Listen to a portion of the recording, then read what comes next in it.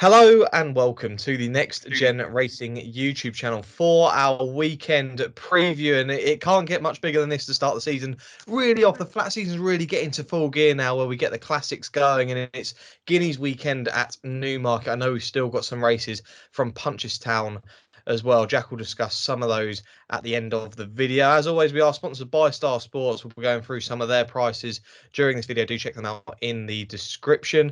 I've actually been at Ascot over the last, well, I was there on Wednesday, and it was a fantastic meeting, albeit it was very cold at Ascot, but some good flat horses and a few horses to note. I thought the 2-year-old winner, Bakil, that horse is going to be very, very good, I think, in time. I think that horse, I was saying to Jack, although we always see it tend to focus on Goodwood targets, I said that horse could go for something like the Malcolm at Goodwood. Looks like it could be very competitive over the 5 and 6 furlong trips this season as a 2-year-old. Princess Zoe, what a lovely story that was. Really was great to see Tony Mullins at Ascot as well.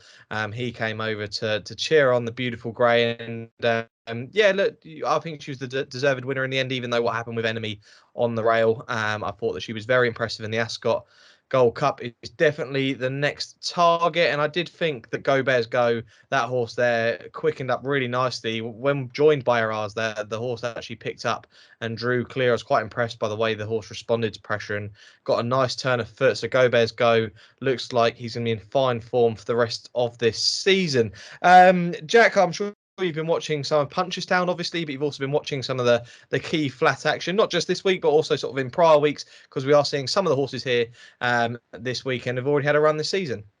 Yeah, I'm really looking forward to it. Yeah, we've been treated to some fantastic action at Punchestown. Of course, we had a Jack Kennedy masterclass on Mighty Potter. I mean, that was just absolutely sensational to watch, to turn over so good. And where do you start with Valho? It was art in equine form. So yeah, top week, and yeah, I'm looking forward to heading to Newmarket on Saturday as well for the 2,000 guineas. So be sure to say hi if you are there, and yeah, looking forward to it. Do you know what? I'm actually quite angry at the fact that you're going to Newmarket on Saturday. Not because I'm jealous. I'm actually more angry at the fact that Primo Baccio is running at Goodwood on Saturday. And again, another horse, for those who follow his channel, Jack was obsessed with this horse last season. And he's decided to go to Newmarket to go and watch the Guineas, overseeing his beloved Primo Baccio at Goodwood. What's that all about, Jack? I'm sorry, I have to hold my hands up in shame. I was really tossing it up, but unfortunately the drive's just a little bit too far from where I am at the moment to come down to Goodwood just for Primo Baccio. I thought I'd kick myself if I didn't miss a big classic winner. So I'm going to head to the 2,000 guineas and I'll be glued to the screen to watch my girl Primo Baccio. Yeah, a bit too far at the moment, but Jack will be back for the summer, and I'm sure there's going to be a lot of videos. We're going to be back in the studio during the summer, and Jack and I will be doing a lot of work at Goodwood as well, so we're looking forward to that. Right, let's get into the action, shall we? And we'll kick things off with, well, we're going to look through 5 races across the weekend, and we'll start off with Saturday with the 3 o'clock.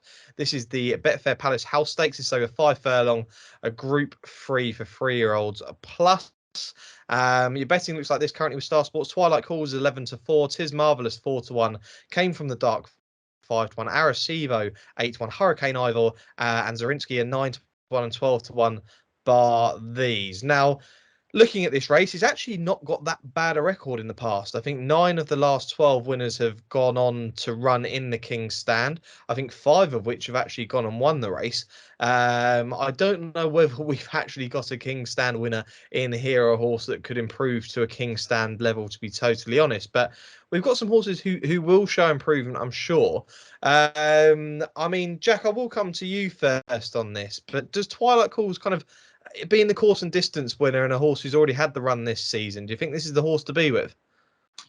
I'm not too sure. I mean, of course, it was very classy last time over course and distance. I mean, it was a hands and heels performance, but I think he kind of oozed class that day. He's only 4. He's very unexposed. If anyone was going to be a top sprinter out of the lot here, he's probably going to be the one to be that candidate. Look, 5 of the last 6 winners are 4-year-olds. He does fit that criteria. He looks a little bit short though. This is a big ask compared to a Class 3 handicap.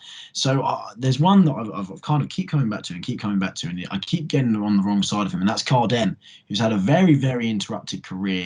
He's extremely inconsistent, but I mean, on his penultimate run out in Maidan, he showed he still has plenty of ability when he was third behind Man of Promise and Lazuli. Of course, Lazuli went on to win the Blue Point, and Man of Promise disappointed in the Alquoz, but still finished a respectable third in Group 1 companies. So look, Cardem definitely does have plenty of ability. Last time out, he didn't really show as much with Frankie Dettori, but he kind of got into his beaten drive quite early. So he may be able to give a good account at a double-figure price, but of course, Twilight Calls is the one to beat.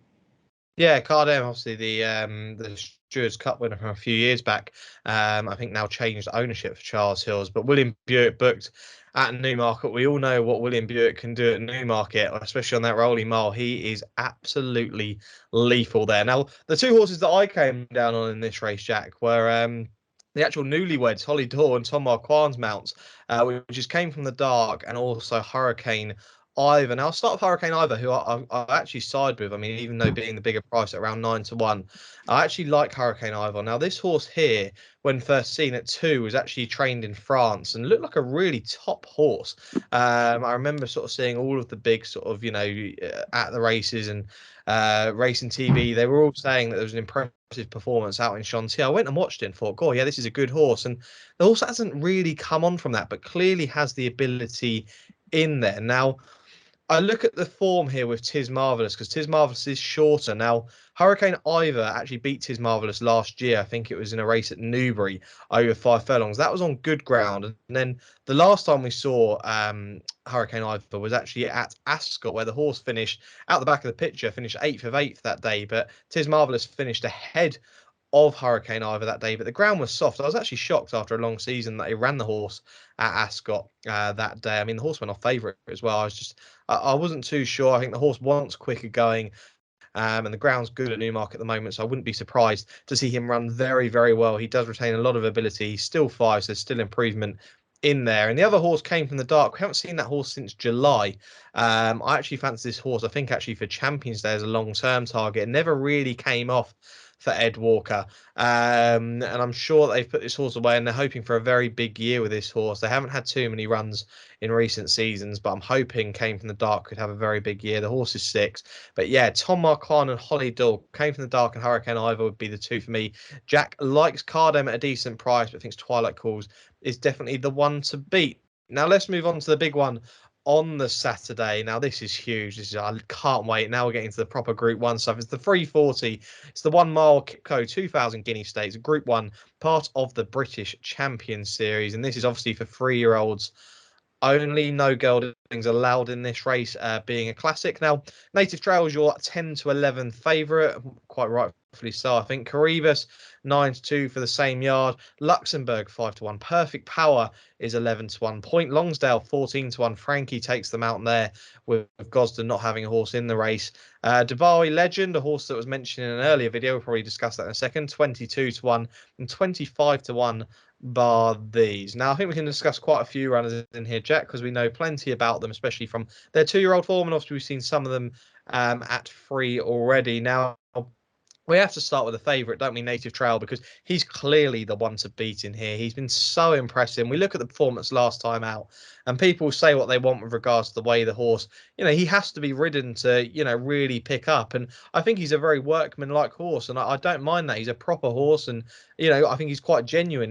When asked, he will start to pick up. As he came out of that dip, he was so impressive the last day. I mean, there's obviously some prices in here, Jack, but yeah, let's go through a few of the runners. But what do you make of Native Trail to begin with? Look, I mean, he's been absolutely spectacular, hasn't he? And he deserves an odds-on price tag. If you look through his form, I mean, it's literally the definition of rock solid. People forget he kind of destroyed Royal Patronage on debut, and then kind of went on to beat Massacala in the Superlative. Then, of course, beat Point Lonsdale and Ebro River before Ebro River went on to win a Grade 1. And then, of course, Dubai Legend and co in the Dewhurst. So yeah, of course, he's absolutely rock solid. In the Craven, he's looked like he's improved from 2 to 3. Not exactly too much physically, because he was a huge 2-year-old, wasn't he? Kind of dwarfed all of the juveniles then. But look, he clearly has plenty of ability, and he does deserve an odds-on price tag. Will I be backing him at odds-on? Absolutely not. No, I won't be backing this horse, but I'd love to see him go and win. He's one of those horses where, he could be the superstar of racing. There's a few in here who could still be the superstars of racing moving forward, but we love to see that unbeaten, string to their tag. And I just think the Native Trail, if anyone's going to go on to be a real superstar, it could potentially be him. Caribus, this horse here won the Autumn Stakes at the back end of last season and finished second prior to that, where William Buick was very self-critical and actually admitted to giving the horse a bad ride that day, saying that he probably deserved to go and win it. But I mean, I think William Buick, it's probably actually an easy decision for him, Jack. But James Doyle does pick up a really good ride here on another course and distance winner.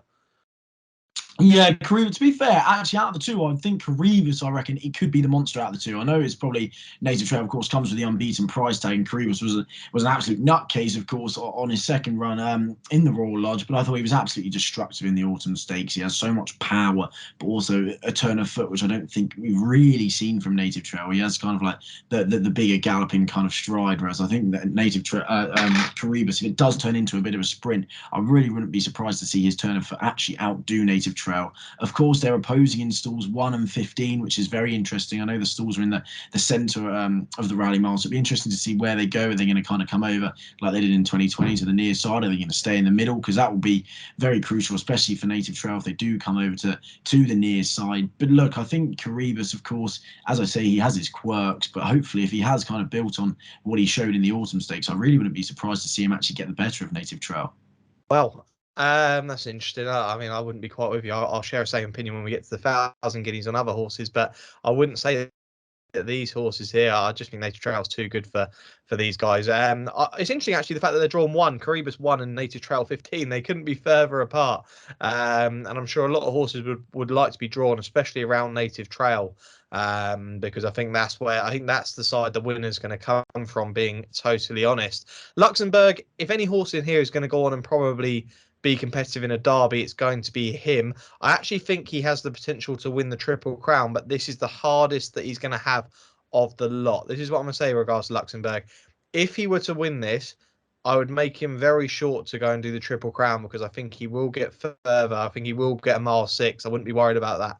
I genuinely think Aidan O'Brien's got a really good horse. I just think that potentially he's going to be done for speed in here. I think he'll be staying on, and you'd like to see him probably finish closer in the placings, and then I'd probably just say he'd go and win the Derby, to be totally honest. But yeah, I don't know about whether you share the same opinion, Jack, whether this horse could be a Triple Crown contender, but we obviously haven't seen him as of yet at 3, so we'll just have to wait and see, I guess. Yeah, I think you're spot on. I think this is definitely the hardest. He looks like he's screaming out for a mile and a half, even a mile 6 in the ledger. Look, is it going to be probably too sharp for him? I think so. Again, I'm really reluctant to kind of stick my neck out for him, because I just don't really see anything going off at too quick a speed. I know Dubai Legend, of course, led in the Dewhurst. Is he going to try and make all again?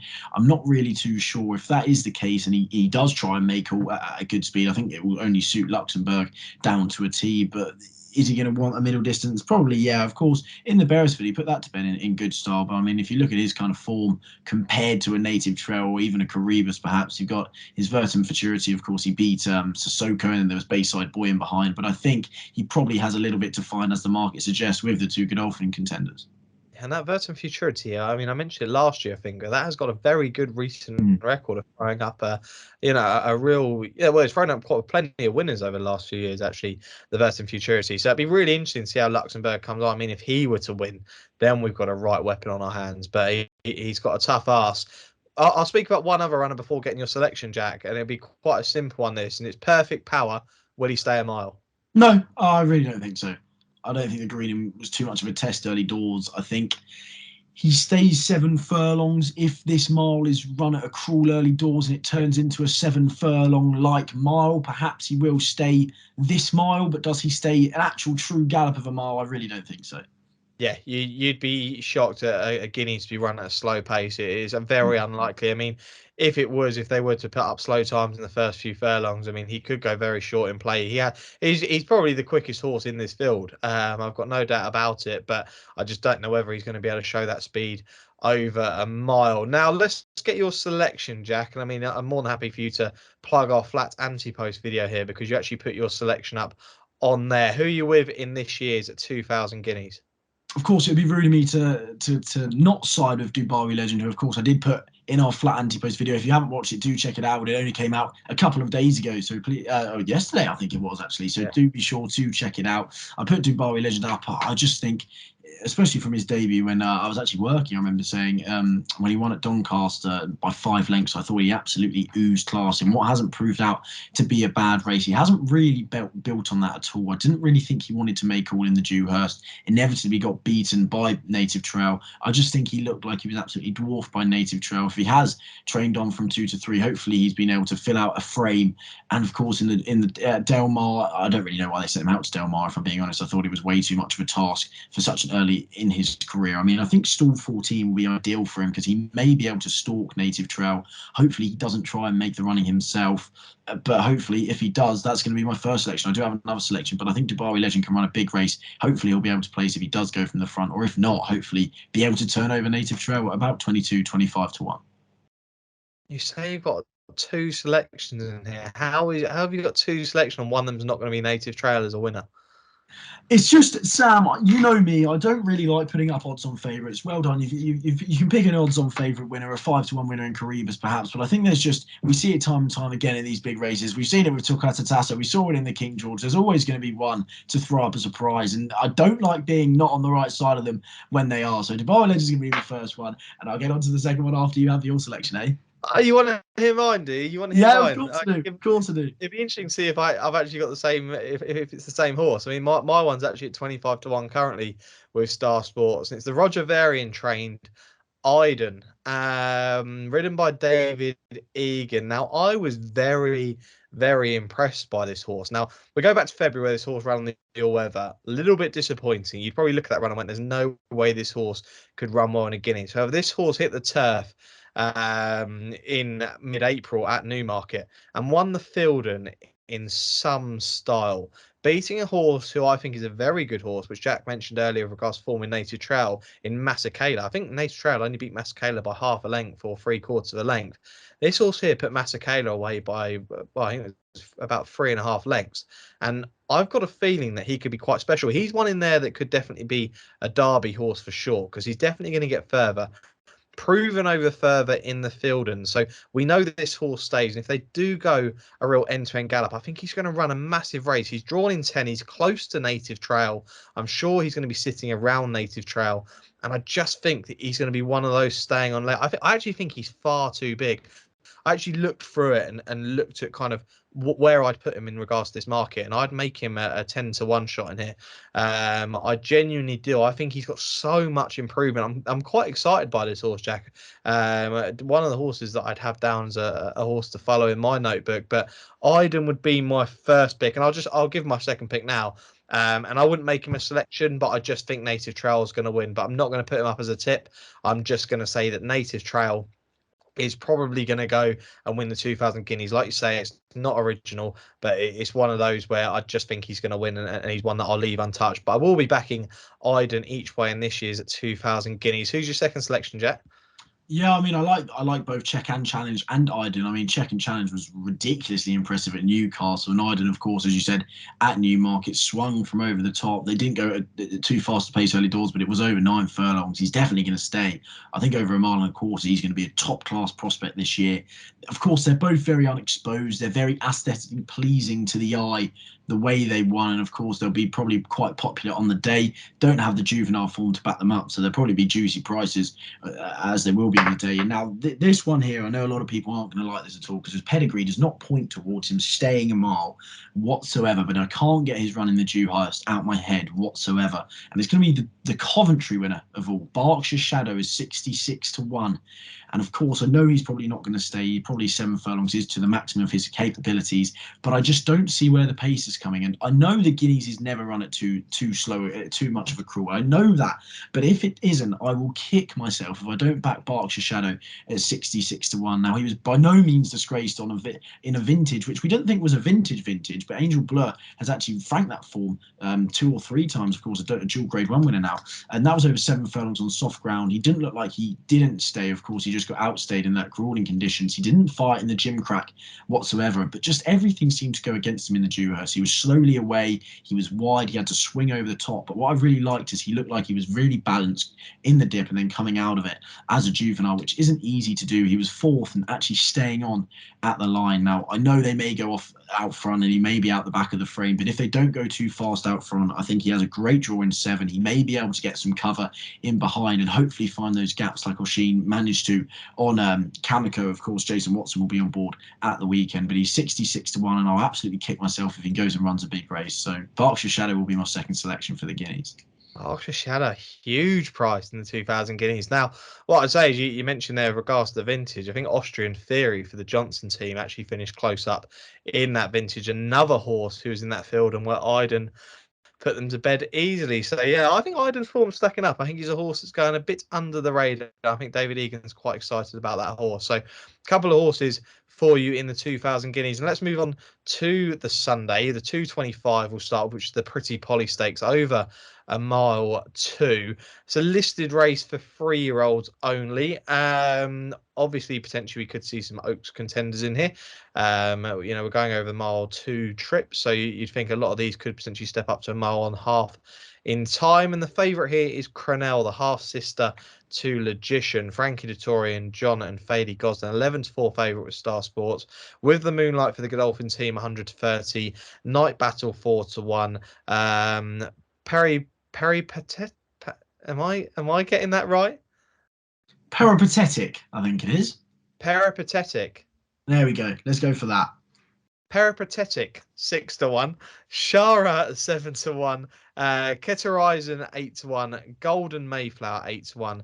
And then 10-1. Bar those. God, bar that awful pronunciation. That's quite tough. That is. I mean, that's an interesting name. That Twister.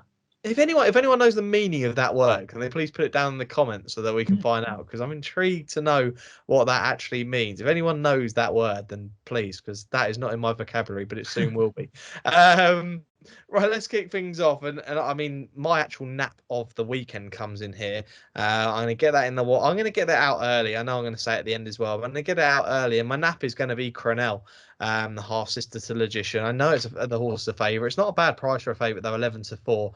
This horse here we saw last time, and I was mightily impressed with the way this horse finished. Did quite a few things wrong in the race. I thought the horse was, the horse was prominent that day, and I just think that the horse seemed a little bit keen. I don't know whether you actually watched the race back fully, Jack, but it didn't seem like the horse was in the best position initially. And I was a little bit worried because the horse went off favourite, and I'm sure a lot of favourite backers at the time might have been worried slightly, but the fact that the way this horse got on top in the last final furlongs and did everything well past the line, even that Frankie was sort of struggling to pull the horse up, I think a mile and a quarter is going to be ideal. I think a mile and a half could be even better for this horse. You want a horse in this race here. The Pretty Polly's always made for a horse who can stay further, and I think that Crenell is that horse. I'm not impressed with the Moonlight, to be totally honest. I don't know if you fancy the horse, Jack, but I know we've got William Buick and Charlie Appleby on the Rolling Mile again, but that Montrose Filly Stakes at Newmarket in October last year just wasn't impressed by it one bit. It was run on similar grounds that they're going to get this weekend. Maybe this step up in trip is going to really help this horse. The run prior that we saw at Wolves, I know that was on all weather. That seemed to help the horse. I think the horse went up but just half a furlong to a mile and half a furlong that day and looked quite impressive. But I'm just not too sure with regards to with the Moonlight. And looking at the rest of the horses, there's nothing really that catches the eye, to be totally honest. I think the one star in here is potentially Crenell. Got some nice breeding, half sister to Logician, like I say, and 11-4, not a bad price. Jack, would it be Crenell again for you in here? Oh yeah, I mean you've made a great case there. I suppose I don't really need to talk too much here, which is great. But yeah, I think she hit the line with such conviction. I mean, stepping up to this trip should definitely suit. I mean, they both pulled 8 lengths clear of third as well. The pedigree, as you said, with the Logician tying in there, does suit. It's not really a mad betting heat for me. I really enjoy watching the Pretty Polly over a mile and a quarter. I don't really think it's too much of a betting prospect. With regards to With the Moonlight, I'm not actually too sure if she's actually at the moment just a little bit better on an artificial surface. I mean, if you look at her pedigree, she's a sister to Dreamcastle. We won out in the UAE. Of course, Invigale was Inveigle, I think it was a good all-weather candidate as well. So I'm not too sure if she actually prefers the all-weather at the moment because, of course, she finished fourth of five on debut at Newmarket, and then third behind Kawida last time out. I think it's a decent prospect herself, but nonetheless, I think it does revolve around Canal. I won't be having a big bet, but yeah, I think hopefully she'll be able to justify favouritism. Be interesting you say that, Jack. I'm gonna have to. You're probably right in what you say with the Godolphin horse potentially being better on the all-weather. It might be interesting with Charlie Appy. I mean, he's not afraid to send horses to America. Whether they give that horse a go on the dirt at some stage, you never know, and see how things go and send the horse out there. But we'll have to wait and see with regards to that. But yeah, Cronell definitely the one to beat potentially for myself and Jack. Now let's go on to the 3 o'clock on the Sunday. This is the 1 mile, 1 furlong Dahlia Stakes, a Group 2 for 4-year-old plus. Vilda Grace is at 2-1 favourite. Dream Loper 3-1. Lilac Road 3-1. Abira 130, very close in the market this lot. And then we've got a Jump to Climb at 8-1. Aurea 12-1. Ad Infinitum 14-1. A Romantic Rival 33-1. I'll let you start here, Jack, because this is a really tough race to call. Like I say, you've got only a point separating the top four in the market, really. Who do you fancy? Yeah, I'm actually a big fan of Dreamloper. Gave me a big day last year at Ascot, but of course I'll probably start with Vildegrass, the favourite. I mean, she ended the campaign on a really good streak of 2 wins, but she did finish fifth in the Fred Darling on her first run last year. And do you remember who finished fourth in the Fred Darling? Oh, it wasn't. It It was. wasn't. It wasn't. She's running on Saturday, It was and you're Primo not going. Baccio. Yes, You're not just going thought to I'd see throw her. that in You're there. not That's the going to see her. second I Primo don't. Baccio You reference we've got can't so far, which mention is her name. brilliant. We're 1 week into the flat season. We've already got Primo Baccio in the video twice. You So yeah, can't. we're happy days. But at Field of Grass, I think 15-8 is a little bit short for her. Of course, Ryan Moore takes the ride again. She did kind of peak towards the end of the season. I'm not too sure if that will be repeated again this year, but I'm happy to kind of let her slide there. And Dreamloper really appreciated the quicker ground when she put a decent field to the sword over a mile at Ascot in the Valiant Stakes. They then dropped her back to 7 furlongs, which I don't think was right at all. And then she was never involved in the Matron. And then, of course, in the Sun Chariot finish, staying on third. It wasn't a vintage Sun Chariot by any means, but I think this step up to a mile and a furlong, she hit the line with plenty of conviction that day. She doesn't run badly fresh. I know she's not a luxurious prize, but hopefully Dreamloper will be able to land the spoils.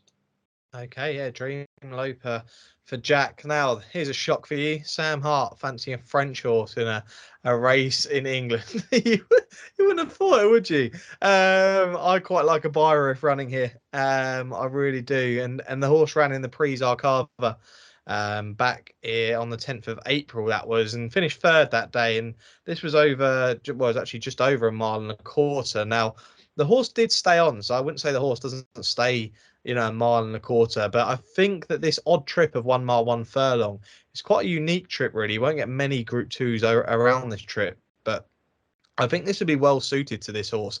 As long as they go off a really decent clip, I think this horse will be staying on really well and might pick up the pieces. I mean, Graffar, I think it was actually his birthday the other day, and Sumion coming over, who rode the horse in the Prix Arcava. You go back and look at the run prior to that, that was actually in Saudi. I'm not sure sort of what they were going with regards to that, but that was in the Neom turf. And that was again won by a Japanese trainer, I believe, and no shock there that the Japanese were taking a big race out there, and he beat some good horses that day. I wouldn't say that it was an amazing race, but I mean there were some fairly quality horses in there, and I just think that at Byra they wouldn't bring this horse over if they didn't think this horse was going to go close in a race like this. I don't think it's overly strong. I agree that Dream Loper out of probably the ones above in the market might be the ones to beat, but I just think Abira, I think, has the quality in it. And Simeon's been riding very well. I think a double actually on Thursday at Paris Longchamp, and the Belgian man is going very, very well. So he's coming over for some decent rides. But yes, I will be with a Byra in the Dahlia Stakes and track with Dream Loper. Now, let's go on to the final race we'll preview on the flat, which is going to be the Kipco 1000 Guineas at 340 over a mile. Again, part of the British Champion Series. And Tenebrism is your 11-4 favourite. Tuesday for the same yard, Aidan O'Brien's yard 5-1. Discoveries 11-2. Malafath is 7-1. Homeless Songs 8-1. Wild Beauty and Zelly 9-1 and 10-1. Bar these. Now we'll do what we did with the 2000 guineas and discuss a few of these runners. And Tenebrism will start off with, who I think could be the classiest horse in the field. However, I'm not 100% sure she stays. And if you're backing her, Jack, it's probably quite simple in saying that you're backing her thinking that she does stay this trip. Yeah, I mean, after her maiden win at Naas over 5 furlongs on soft ground, straight away I backed her for the coronation this year because I was thinking she's going to stay, she's going to stay, she's going to stay. And after watching the Cheveley Park, although she stayed on in great style, I am now convinced she will not stay. I really don't think she'll stay whatsoever. I mean, the Cheveley Park beat Flotus by a length, of course, Sandrine by 4 lengths. But Flotus is a sprinter. We know that. She's out at Newmarket at the weekend. But I just don't think Tenebrism will stay. Of course, she's by Caravaggio. She's out of Immortal Verse. She's stoutly bred. But I just think she screams more of a size side of Caravaggio. I think she's going to be a cracking sprinter. I just don't think she's going to stay a mile. If she does, I know Aidan O'Brien said she's been working the house down over 7 furlongs. If she goes and stays a mile, fair play. I mean, I'll happily eat my words, but honestly, I really don't think she will stay in. 5-2 is just crazily short. She was very, very impressive in the Cheveley Park, but it's no easy feat to go from the Cheveley Park to come on and win a Guineas. And 5-2 favouritism, goodness me, I think she's crazily short. Yeah, no, I do, and like I say, I wouldn't be shocked to go and see her win. I don't think either of us will be shocked to see her win, but I just think that she's not one that you could be backing with any confidence. You'd want a horse who clearly will stay this trip, and you just have so many question marks to whether she will at this moment in time. Now, the second in the market is also trained by Aidan O'Brien, a horse that I actually quite like, and I'd probably say I know the jockey bookings aren't fully out yet, but I'd actually think Frankie's going to be on this horse Tuesday, and I think there's a funny interview. I was listening to Matt Chapman at Ascot on Wednesday, and they were speaking to Frankie Dettori saying, have you got a ride in the 1000 guineas? And he said he's likely to be on one for Aidan O'Brien, and Matt said, oh, are you going to be on Tuesday? And he said, oh, well, that's good, you're going to have the Guineas winner if you are. So I think Chapman's very keen on Tuesday to go and win the Guineas, and I can see why, because this horse's maiden win on the 27th of March, so right at the start of the season, was quite nice, beating the Dermot World Trade Ezine, who I think could turn out to be quite a smart horse as well. This horse really does stay. I think this horse will be made for an Oaks. I think might be favourite for the Oaks with some bookmakers actually Tuesday. I might be wrong, but I think that she could be quite smart and one that would definitely come out of here and could again go on to do a double of a Guineas and an Oaks. What do you make of Tuesday in here, Jack? Because at 2, I think the horse was actually beaten by Discoveries. Yeah, she was. She was just beaten by Discoveries as well. She was staying on at the line, and just the line just came in time for Discoveries. I was actually quite keen on her after that run, but I actually wasn't that impressed with her run this year. I thought it was more workmanlike. I know it was relatively comfortable, but I don't really know what she beat. Of course, she's a full sister to Minding, but I think probably the further will be the better. I know she does have, I think she has a cracking chance in this, to be fair, but I think 6-1 again is a little bit on the short side. Of course, she is stoutly bred, and that shows that she is a full sister to Minding, but I just think perhaps there's a couple more in there with stronger claims. I probably wanted her to be a little bit more impressive than she was, rather than workmanlike on her last outing, and hopefully Discoveries will probably be able to do it again. Okay, yeah, Discoveries is a really fascinating contender, and Jesse Harrington, obviously in these silks, had some really good horses, including the recent one Alpha Centauri, who I think actually still holds a track record at Ascot. I might be wrong there, but I've got a feeling that Discoveries could go on to really big things again this season. I actually think it's quite a hot 1000 guineas this. I actually think we could end up with some very good horses come out of this. Those Jack and I mentioned it earlier, but those who have seen the flat anti-post video will know that I'm quite keen on the French horses, both French horses in here, really, Malafaf and Zelly. I'll quickly discuss those because they're the two that I like in here. Simeon is aboard Malafaf. Tom Marquand's got a really excellent mount, getting the jock up for Andre Farbin here. I know it's not a Godolphin horse, so Barcelona didn't come over for this mount, but Tom Marquand's got a really good chance. And these two horses are mentioned in our flat anti-post video. They've both run already this season against each other. Malafaf coming out on top of Zelly. Now, Andre Farb's horses often need the run at the start of the season. Obviously, we saw this horse win out a Longchamp on Arc Weekend. Zelly winning the Prix Marcel Boussac in really good style. Oisin Murphy rode that day. But Malafaf, I just think, will come on a hell of a lot this season. We'll see out this trip really well and could end up being a Prix de Diane filly. And I'm quite excited by her. But Zelly, I just think they're both really good quality horses. I wouldn't be surprised to see them both go very close in this race. And the French trainers always take very much interest if they do bring a horse over because they clearly think they're up to this standard. Homeless Songs, we could discuss her, Jack. I'm not 100% sure we're going to be seeing her this weekend. I said that we'll probably see her in the Pouliche out to the French 1000 guineas. But with regards to Homeless Songs, very impressive, Jack. At the start of the season, if she did go here, she'd have a right chance. But I'm guessing you probably might be in a similar camp to say that she might be in the French guineas. Yeah, I think that's all but confirmed that she is missing this two-head to the Right. French Guineas. So I won't spend too much time on Homeless Songs, but I am a huge Discoveries fan. Of course, tipped her up as well on the anti-post video, which we've been plugging really well in this video. Well done to us. This has been a great job. Nice plugging. Yeah, of course, you mentioned Alpha Centauri. Of course, that's her full sister, and she's a half sister to Alpine Star. She'll definitely stay a mile. Last year, I thought she kept taking a step forward after a step forward. She got the better of Tuesday. Didn't like the soft ground in the debutante stakes, and I thought in the Moyclair she was very impressive. She shaped like she wanted a mile. She hit the line with plenty of conviction, got the better of Agatha. I think she does have an absolutely perfect profile for this. I think she's somewhat forgotten about. I know she was a double-figure price up until when Spiral was actually pulled out of it. I think Jessie Harrington's horses always go under the radar because she probably doesn't speak as luxuriously as Aidan O'Brien does about his fillies and colts. But look, I think, of course, she's stoutly bred. She's going to stay the mile. I think she's going to absolutely relish this, and I think she does have a cracking chance. Okay, yeah, discoveries for yourself, and I'll be with Malafaf just over Zelly, but the French horses would be kind of my selections in this race. Is there anything at a price, Jack, in here? Not necessarily that you'd be putting up, but a horse at a price that might run well. It'd be interesting to see if we agree, because I've got one at around 16-1 who's a bit of a price. Who would be one that you'd be looking out for? I've got one around 25-1, trained by Roger Varian, and David Egan's going to be on board, and that's Amena at 25-1. Again, the very aesthetically pleasing, very unexposed candidate who absolutely bolted up last time out at Newmarket. But I mean, the turn of foot she showed to get away from her rivals that day, I thought was extremely impressive, considering she's a filly that I think probably wants further than a mile. I thought she'd probably want a mile and a quarter, a mile and a half. But I thought the turn of foot she showed that day just showed how mature and versatile I thought she was for just a second run under rules. Of course, this is a massive ask for only her third run, but hopefully she'll be able to take a step forward. I'll probably put her up as an each-way selection away from Discoveries. I think Discoveries has a cracking chance, but I really wouldn't be surprised for Amena to run a cracking race at about 25-1.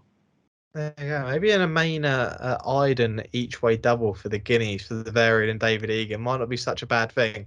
The one that I actually had in mind, who I think could return to good form, who might be a bit of the forgotten horse in here, and that's Sandrine for Andrew Balding. Now, this horse was actually beaten by Tenebrism and Floatus in the Cheveley Park, obviously run over 6 furlongs. I think the horse was just done for speed that day, and I've got a feeling that, I mean, this horse obviously did win in Albany, but I think this horse will be better over a trip. And David Probert rode this horse plenty last season. I'm sure he thinks an awful lot of her. And I've just got a feeling that she could return to good form. Obviously, she won 3 on the bounce at the start of the season and finished place in the next 2 runs. I've got a feeling that she's going to run fairly big. She's around 16-1 for the race. So Jack's main selection will be Discoveries. Mine will be Malafaf with Zelly to chase her home, and a couple of each way points potentially with Amena and Sandrine in the 1000 guineas on Sunday. Jack, we will get our naps and next best in a second, but before we do so, there are obviously some other good races this weekend.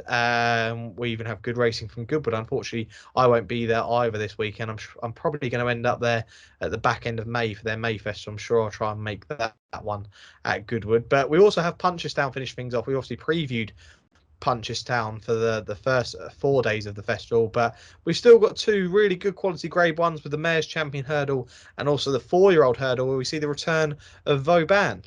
Yeah, the Mayor's Champion Hurdle looks an absolute cracker, doesn't it? You've got Efferton, who proved she stayed 2.5 miles at Aintree in emphatic style last time out. You've got the Mayor's Hurdle winner from Cheltenham, Marie's Rock. You've got Tell Me Something Girl, who was unfortunately brought down when looking like making a bold move to the front of the field. Again in the Mayor's Hurdle, you then got Mrs. Milner. You've got the likes of Stormy Island. She wears it well, is very interesting. Was very impressive back in 2020. Fell last time out at Leopardstown on a sole run for about 1,000 days. So it'd be interesting to see how she gets on. You've got one at a price I think could probably run actually quite well is Dysart Diamond, who's rated only 140, but I mean, she wasn't very impressive last time out in the county, but hopefully the step up and trip will suit. She won over 2 mile 2 at Punchestown, getting the better of Royal Kahala and Western Victory. She's a massive price at 50 to 1, so that's a cracking race. And of course, we've got the 4-year-old hurdle, as you said, where we have good old Vauban taking on Fildor once again. It would be a big surprise for me if Vauban gets turned over. I think it would probably be a procession nonetheless. Willie Mullins, Ken and Gordon Elliott are both in top form, but hopefully Vauban will be able to put his champion hurdle credentials out there and add another good ingredient to hopefully a massive champion hurdle next year.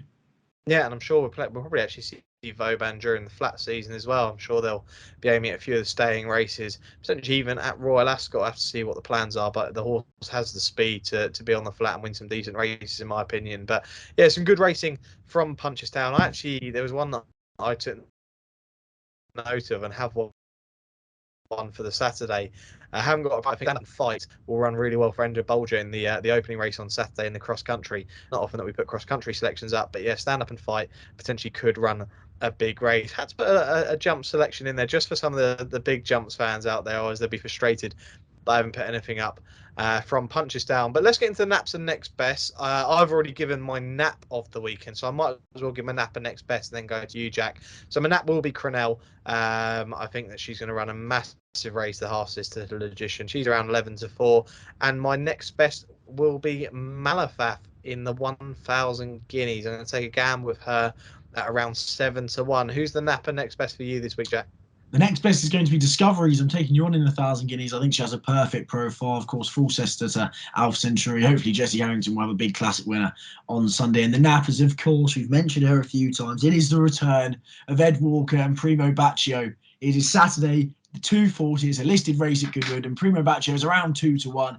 And I don't really like saying it, but I'm going to be filling my boots. Hopefully, she'll be able to land listed honours before going on to Group 1 honours. She romped home in the Michael Seeley at York last year, was 5th in probably the most red-hot Falmouth we have ever seen. She failed to build on that since, but I met Ed Walker at Goodwood at Glorious Goodwood, and I failed to get it out of my head. I said to him, Ed, I think Primo Baccio is a Group 1 filly, and he replied with, word, for what it's worth, so do I. She's been given Group 1 entries at Royal Ascot this year. Hopefully, she'll be able to land listed honours before going on to bigger things. Primo Baccio is 2 to 1 in the 240 at Goodwood on Saturday. There we go.